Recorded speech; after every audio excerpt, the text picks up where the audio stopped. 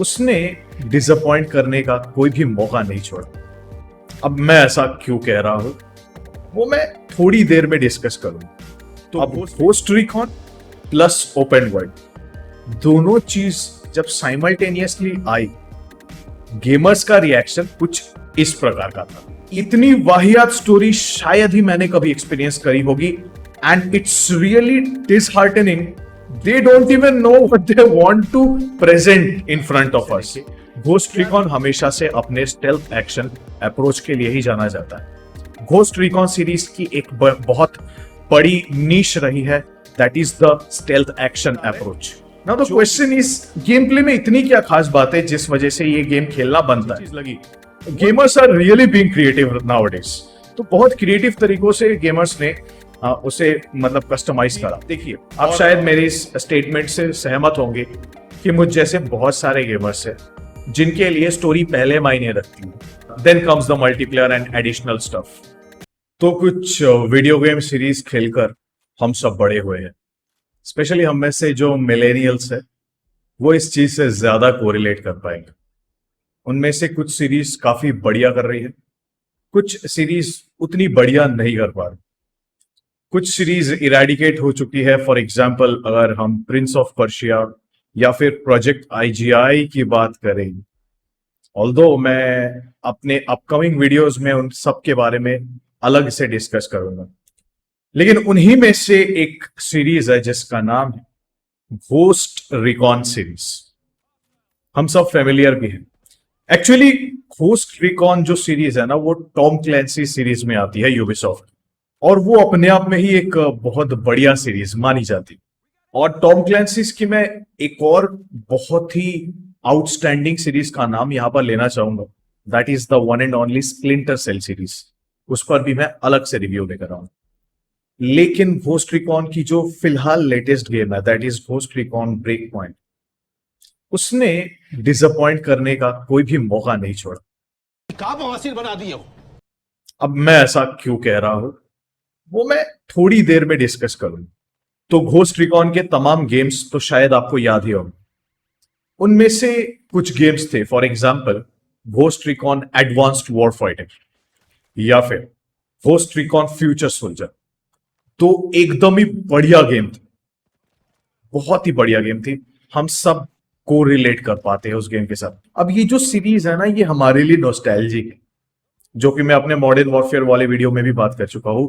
ये जो तमाम गेम्स है, ये हम मिलेनियल्स के लिए नॉस्टैल्जिया इसलिए बन जाती है क्योंकि हमारी जो हाई स्कूल डेज हुआ करती थी, जो अर्ली कॉलेज डेज हुआ करती थी, specially high school days, those days revolves around these games. लेकिन आज जब हम वही तमाम सीरीज को अंडर परफॉर्म करते हुए देखते हैं तो कहीं ना कहीं बुरा भी लगता है और गुस्सा भी आता है। साले का खोपड़ी तोड़ साले का। मैं उम्मीद करता हूं आप मुझसे सहमत होंगे, आप मुझसे कोरिलेट कर पा रहे हैं। तो घोस्ट रिकॉन की दो बहुत ही बढ़िया गेम थी, Ghost Recon Future Soldier and Advanced Warfighter. तब तक ये सीरीज बहुत अच्छा कर रही थी। अब 2017 में रिलीज होती है घोस्ट रिकॉन की ओपन वर्ल्ड टाइटल, जिसका नाम था घोस्ट रिकॉन वाइल्डलैंड्स। अब ghost recon plus open world दोनों चीज जब साइमल्टेनियसली आई, गेमर्स का रिएक्शन कुछ इस प्रकार का था।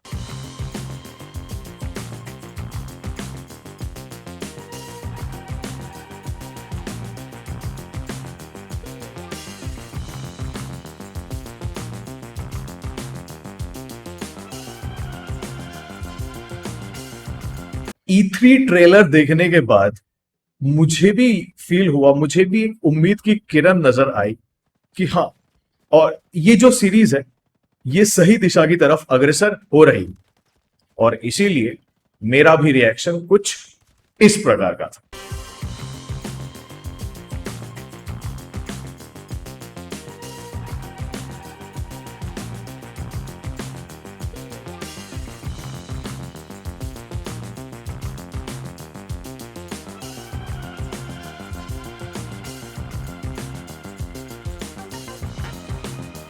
तो हम सब काफी खुश थे घोस्ट रिकॉन वाइल्डलैंड्स की जो E3 ट्रेलर रिलीज हुई थी, वो E3 ट्रेलर देखने के बाद अब जब गेम रिलीज हुई Ghost Recon Wildlands, it was a mix and match of disappointment, to some extent little bit of success. लेकिन डिसअपॉइंटमेंट थोड़ी ज्यादा थी, but it was all right. Bolivia की एक सेटिंग थी, ओपन वर्ल्ड था, बहुत ही बढ़िया तरीके से गेम को प्रेजेंट किया गया था, मिशन स्ट्रक्चर अच्छी थी, वैरायटी अच्छी थी, AI teammates made a return, जो घोस्ट रिकॉन सीरीज की एक नीश मानी जाती है, AI टीममेट्स जो बिल्कुल आपके दोस्तों की तरह काम करेंगे। और मैं कोऑप को लेकर रैंट कर चुका हूं अपने तमाम वीडियोस में, क्योंकि रैंडम लोगों के साथ हम कोऑप नहीं खेल सकते। अगर मैं अपनी पर्सनल प्रेफरेंस की बात करूं तो मुझे तो काफी फेवरेट है, that is the AI teammates की जो ये पार्ट इन लोगों ने इंट्रोड्यूस करी, all this things about the AI teammates, this really is amazing. तो AI टीममेट्स वाली बात मुझे यहां पर बहुत अच्छी लगी, बहुत बढ़िया लगी। अब ट्रेलर आती है Ghost Recon Breakpoint, gamers और एक्साइटेड हो जाते हैं, and now the reaction is on another level. लेकिन जब Ghost Recon Breakpoint release होती है, तब हो जाता है बहुत बड़ा डिसअपॉइंटमेंट। अब इसी चीज को हम थोड़ा खंगाल के देखेंगे कि मैं ऐसा क्यों कह रहा हूं। देखिए, आज की जो वीडियो होगी वो मेनली 3 हिस्सों में बटी होगी। नंबर 1, हम स्टोरी या फिर कैंपेन के बारे में बात करेंगे, सिंगल प्लेयर कैंपेन। वैसे बात करने जैसा उसमें कुछ खास है नहीं, फिर भी। Second part will be open world and game play mechanics. Third part will be system requirements and graphics. तो चलिए शुरू करते हैं स्टोरी मोड के साथ। टू बी वेरी ऑनेस्ट दोस्तों, story mode of Ghost Recon Breakpoint is a joke. Yes, it is a joke. Sir, ये तो टट्टी है। Thank you. इतनी वाहियात स्टोरी शायद ही मैंने कभी एक्सपीरियंस करी होगी, एंड इट्स रियली डिसहार्टनिंग कि घोस्ट रिकॉन से ये बिल्कुल एक्सपेक्टेड नहीं था कि घोस्ट रिकॉन जैसी सीरीज ऐसी वाहियात स्टोरी लेकर आएगी हमारे लिए। दरअसल जब ओपनिंग होती है गेम की, शुरुआत में गेम के स्टार्टिंग में वो स्टोरी उतनी बुरी नहीं थी। जब गेम ओपन होती है, ओपनिंग उसकी उतनी बुरी नहीं थी, स्टोरी सही जा रही थी। लेकिन बीच में क्या हो गया पता नहीं चला। The creators might have lost track. उन्हें शायद समझ में नहीं आ रहा होगा कि स्टोरी को किस दिशा की तरफ लेकर जाए, पता नहीं क्या हुआ होगा बीच में। They lost a track on the story, और फिर जैसे तैसे कुछ भी करके खत्म करा उन्होंने। और क्या कहना चाहती है स्टोरी, किस तरफ जाना चाहती है, वो क्लैरिटी क्रिएटर्स को भी हार्डली होगी, मैं यकीन के साथ कह सकता हूं। They don't even know what they want to present in front of us. वो क्या दिखाना चाहते हैं, वो क्या पोर्ट्रे करना चाहते हैं, वो शायद उनको भी क्लियर नहीं होगा। अरे कहना क्या चाहते हो? ये सबसे बड़ी समस्या है। तो इसीलिए story mode is a joke, campaign is a joke. Definitely अगर आप एक अच्छी कैंपेन सीख कर रहे हो तो इस गेम को परचेस ना करें, ये मेरी रिकमेंडेशन। तो अब सवाल आता है कि तो फिर ये गेम खेले क्यों हम in the very first place.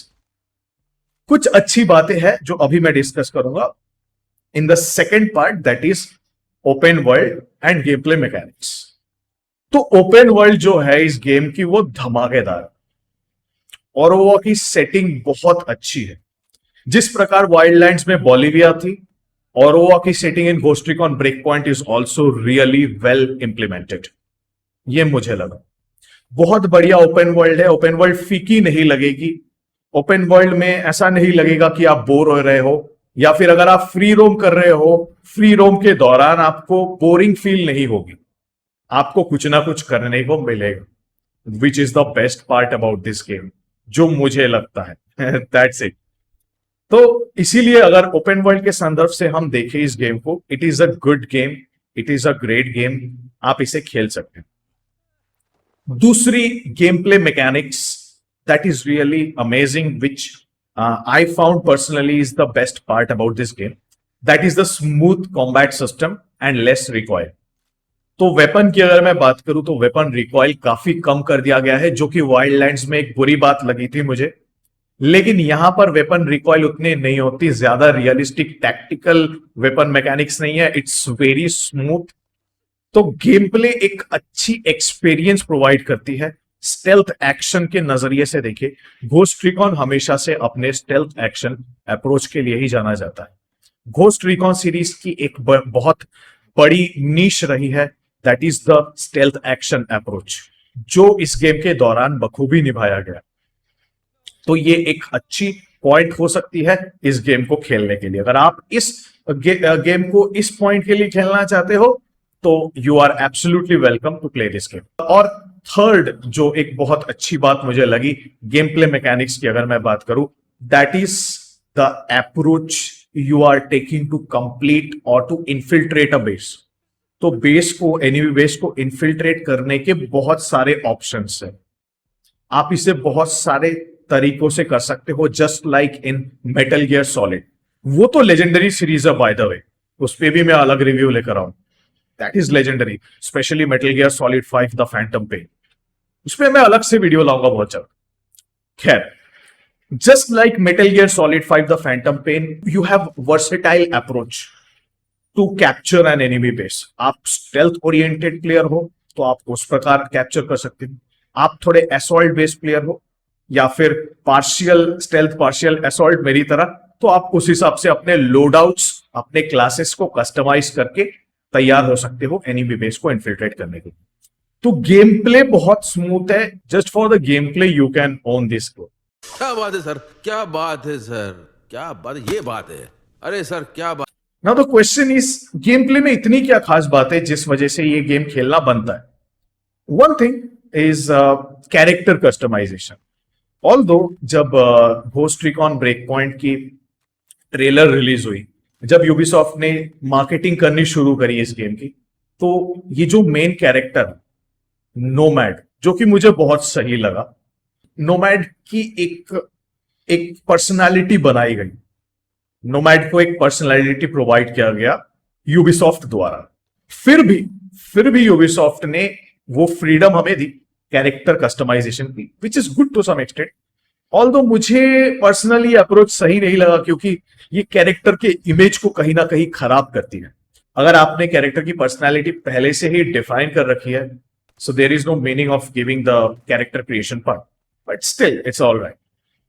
अब गेमर्स ने इसका बहुत अच्छे से फायदा उठाया, जो कि मुझे भी बहुत क्रिएटिव और बहुत अच्छा लगा। मैंने बहुत सारे क्रिएटिव अप्रोच देखे हैं। तो किसी ने कॉल ऑफ ड्यूटी के कैरेक्टर्स बनाए, किसी ने साइमन घोस्ट राइली बना दी, किसी ने गैस बना दी मॉडर्न वॉरफेयर के कैरेक्टर्स, किसी ने कैप्टन प्राइस बना दिया, किसी ने सोप मैकटेविश बना दिया, किसी ने ब्लैक ऑप्स के कैरेक्टर्स बनाए, फ्रैंक वुड्स, जेसन हटसन, बहुत सारे मतलब कैरेक्टर्स बनाने लगे। ये कैरेक्टर क्रिएशन की बहुत अच्छी चीज लगी। Gamers are really being creative nowadays.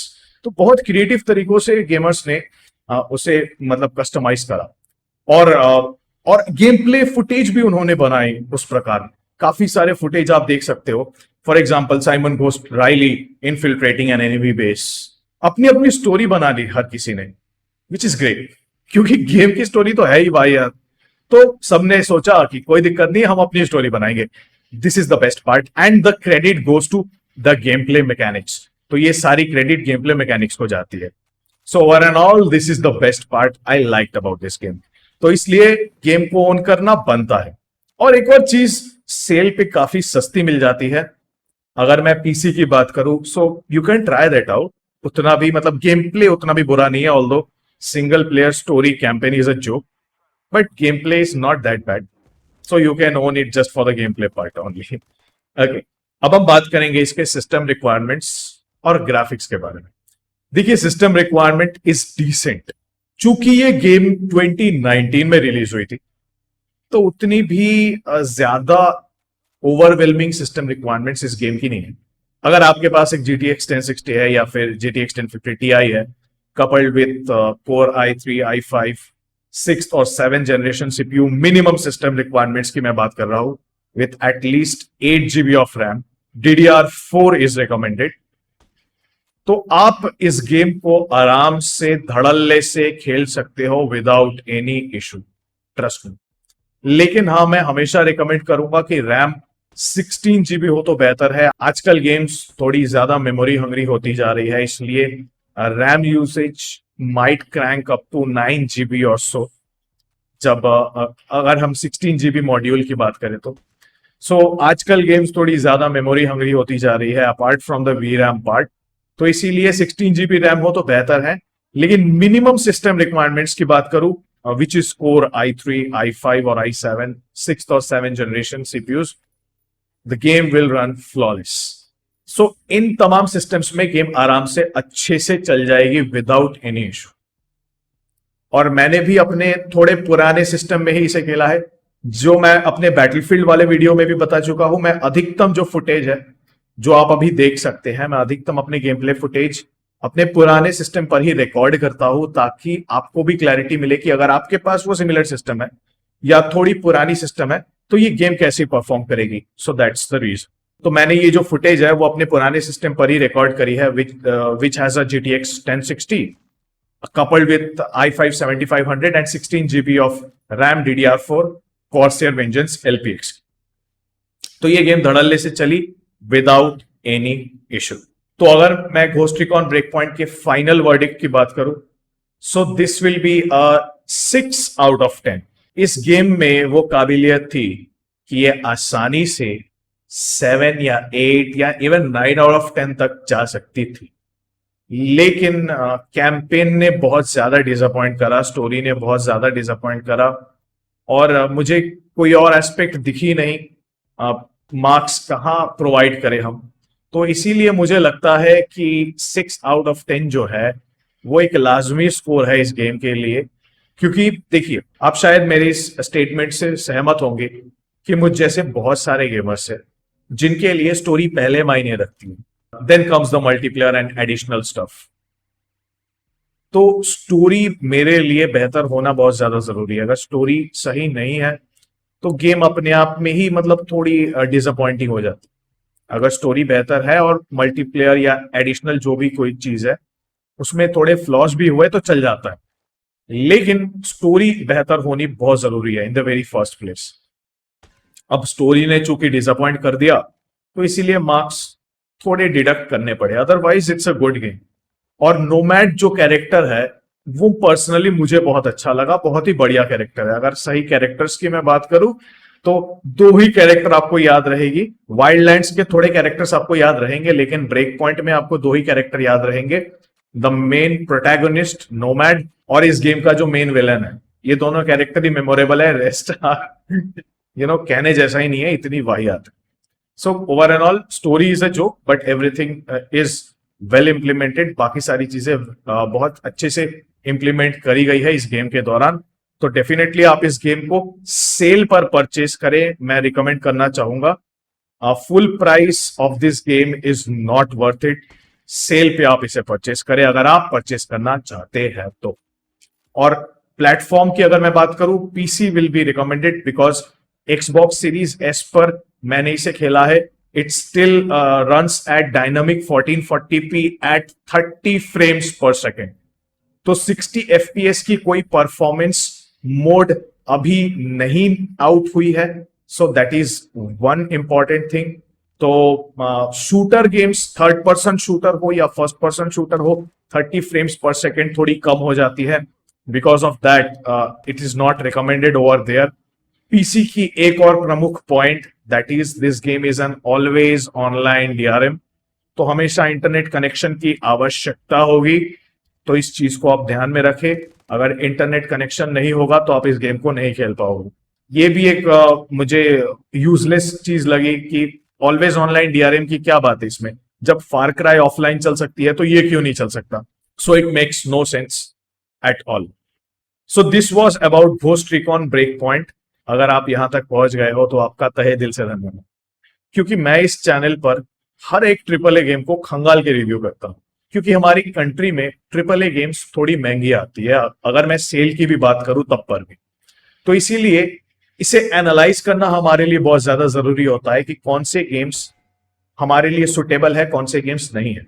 तो इसीलिए मैं इस चैनल पर तमाम ट्रिपल ए गेम्स को खंगाल के रिव्यू करता हूं, ताकि आपको एक क्लैरिटी मिले कि आपकी जो वैल्यूएबल टाइम है और हार्ड एंड मनी है वो कौन सी ट्रिपल ए गेम डिजर्व करती है, कौन सी ट्रिपल ए गेम नहीं डिजर्व करती, कौन सी गेम आपको खेलनी चाहिए और कौन से गेम से आपको दूरी बरकरार रखनी चाहिए। ये सारी क्लैरिटी मैं आपको इस चैनल पर देता हूं।